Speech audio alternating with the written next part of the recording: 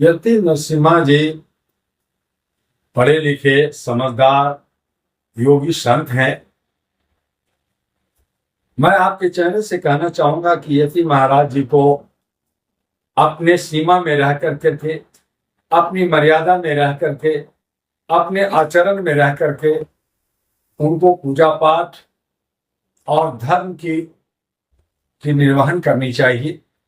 किसी दूसरे के धर्म को बिना जाने बिना समझे उस पे जो है उंगली उठाना, उस पे वक्तव्य देना उनको शोभा नहीं देता।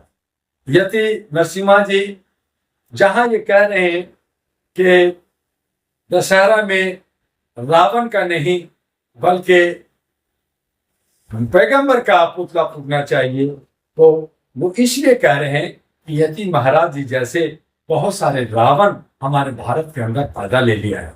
आज महिलाओं के साथ जो रेप हो रहा है, 123 योगी और भोगी लोगों ने जिस तरह से रेप किया है, चाहे वो मणिपुर हो, चाहे बंगाल हो, चाहे मध्य प्रदेश हो, चाहे उत्तर प्रदेश हो, चाहे महाराष्ट्र हो, चाहे कर्नाटक हो, हर राज्यों में ये सब के सब भोगी लोग, ये सब के सब योगी लोग जो रेप और भ्रष्टाचार और करप्शन कर रहे हैं, इसलिए कर रहे हैं कि ये अपने आप को रावण समझते हैं और रावण का जो आचरण है उसको बचाना चाहते हैं। राम को इन्होंने लाए, लेकिन राम को कहा ये अभी बच्चा है, हम तो अभी रावण का ही पूजा करेंगे।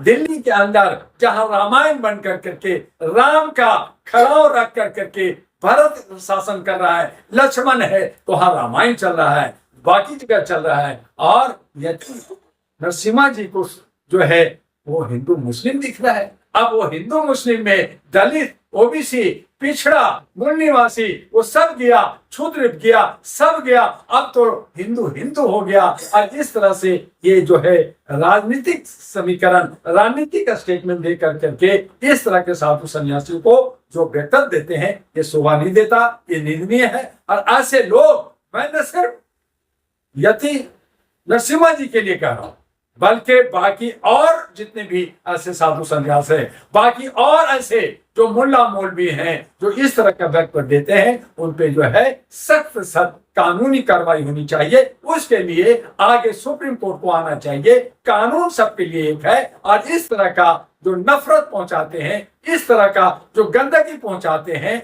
हमारे बीच में प्यार और मोहब्बत का एक दरार पैदा करते हैं, तो उसको जो है हमें देखना होगा और इनसे बचने के लिए इनकी निंदा करनी है। हम मुसलमान भाइयों से भी कहेंगे कि वो संयम बरतें, ऐसे लोगों को निगलेक्ट करें, उस पर उछल कूद कर करके सरकारी प्रॉपर्टी या बीच में जो तनाव पैदा होता है उससे दूर रहें। ऐसे लोग जो है मानसिक रूप से बीमार हैं, इनकी इलाज होनी चाहिए, चाहे एम्स में भर्ती कराएं, चाहे लोकल जो है किसी क्लिनिक में कराएं, तो इनको इलाज करा दीजिए ताकि जो है कुछ न कुछ कल्याण भी हो जाएगा। तो मुसलमान भाइयों को चाहिए कि यति नरसिम्हा जी को ले जा करके फौरन किसी अच्छे जो है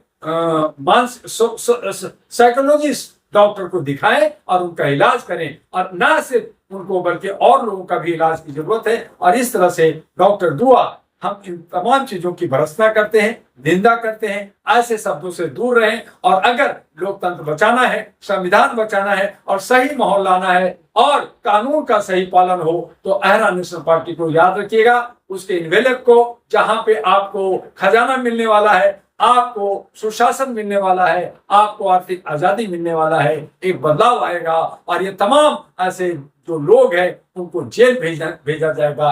ये अहरा नेशनल पार्टी का। लेकिन एक छोटा सा सवाल बनता है, क्या यति नरसिम्हानंद ने खुद को कंट्रोवर्सी में बना रहने के लिए इस तरीके से भड़काऊ बयान दिया या फिर किसी राजनीतिक पार्टी का विशेष जोर है? देखिए, बहुत बार आरएसएस ऐसी संगठन है, हालांकि वो भी संगठन है, हम लोग भी संगठन है, हम मानवता के लिए काम कर रहे हैं। वो कहते हैं कि मैं हिंदू राष्ट्र बनाऊंगा, मैं तो हिंदू का करूंगा, मुसलमान को काट दो।